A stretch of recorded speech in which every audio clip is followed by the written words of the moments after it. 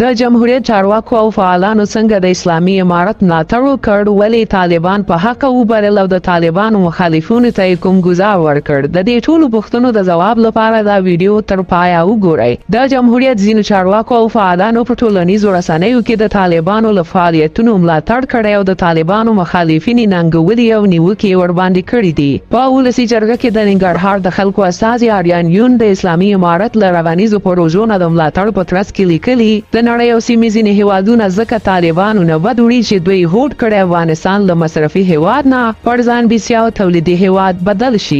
دوی ویني چې طالبان د اوبو مدیریت، برېښنا تولید، زراعت ودې، سوداګرۍ پیاوړتیا او ټرانزیټ ته وده ورکوي. لنډغر دغو هیوادونو ته سپۍ تمه لري خو نامراد دي. په ولسي جرګه کې د هلمند د خلکو استازي محمد هاشم الکوزي بیا د مقاومت جبهې سره یوځای شوي پښتانه نقد کړي دي او داسې لیکلي دي. خوشحال خان ویلي وو: زه خوشحال به له کفن سره راپاڅم که خبر شم چې پښتون د چا غلام دی. اوس دوه لوېدلي پښتانه پیدا شوي دي چې د پښتون د ریښې دښمن سره ناڅي. هغه چا سره چې د پښتنو په سرونو یې میخونه ووهل. زرګونه پښتانه یې د پښتونولۍ له امله ووژل او له میرمنو یې سینې وچې کړې. له یادو خبرو نه د ښاغلي الکوزي موخه کاري عیسی محمدي او شکریه بارکزی دي چې اوس مهال د طالبانو پر خلاف له مقاومت جبهې سره لاسونه یو کړي دي. دغه راز نوموتی خبریال او د جمهوریت په وروستیو کې د کورنیو چارو وزارت ویان میرویس تانیدزي بیا په یوې ویډیو کې ادعا کړې چې د ملي امنیت رئیس ورته ویلي و چې د احمد مسعود کورنۍ د آیسای جاسوسان دي